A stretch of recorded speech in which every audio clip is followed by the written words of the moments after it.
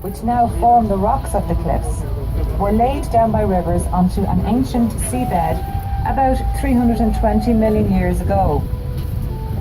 The cliffs are formed from layers of siltstone, shale and sandstone, with the oldest rocks found at the bottom of the cliffs. The sandstones are more resistant to erosion than the siltstones, and these layers jut out more from the cliff face. The highest point is at Knockgarden, near O'Brien's Tower, which is 214 metres from sea level. From here, looking west, you can see the Aran Islands and Galway Bay. Looking north, the 12 Pins and the Mount Turk Mountains in Connemara. And looking south, you can see Loop Head and beyond to the Kerry Mountains. O'Brien's Tower was built by Cornelius O'Brien in 1835 as a viewing point for the hundreds of tourists who even then visited the cliffs.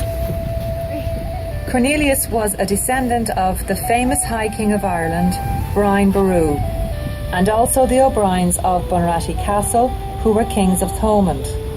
He was a member of the Parliament for County Clare, and a man ahead of his time, believing that tourism would benefit the local economy and help to bring people out of poverty. He also built a wall of Moher flagstones along the cliffs. In fact, it was said by the locals that he built everything around here except for the cliffs.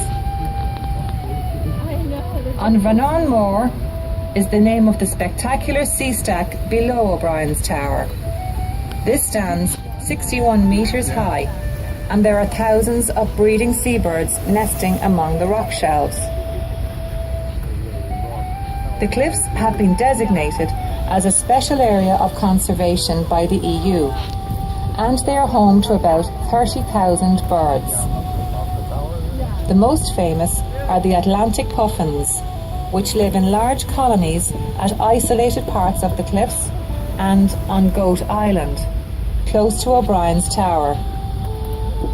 The area is also internationally important for breeding razorbills. Other species include fulmar, gannets, guillemots and kittiwakes. The name Moher comes from a ruined fort on the headland, which was demolished in the 1800s to make room for a signal tower. These signal towers were built along the Irish coastline by the British as part of an early warning system in case of a French Napoleon army invasion.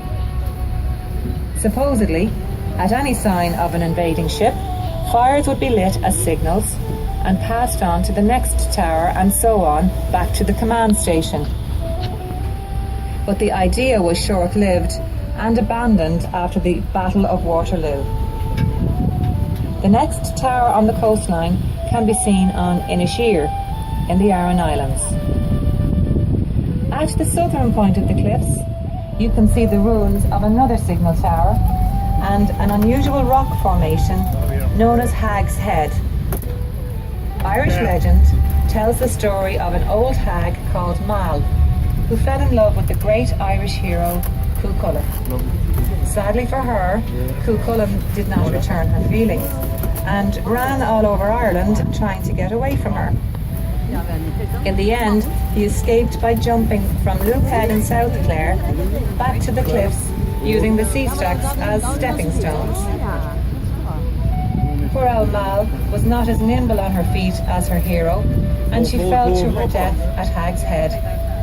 The nearby town of Milltown Malbay was also named for her, so she definitely left her mark on the area, if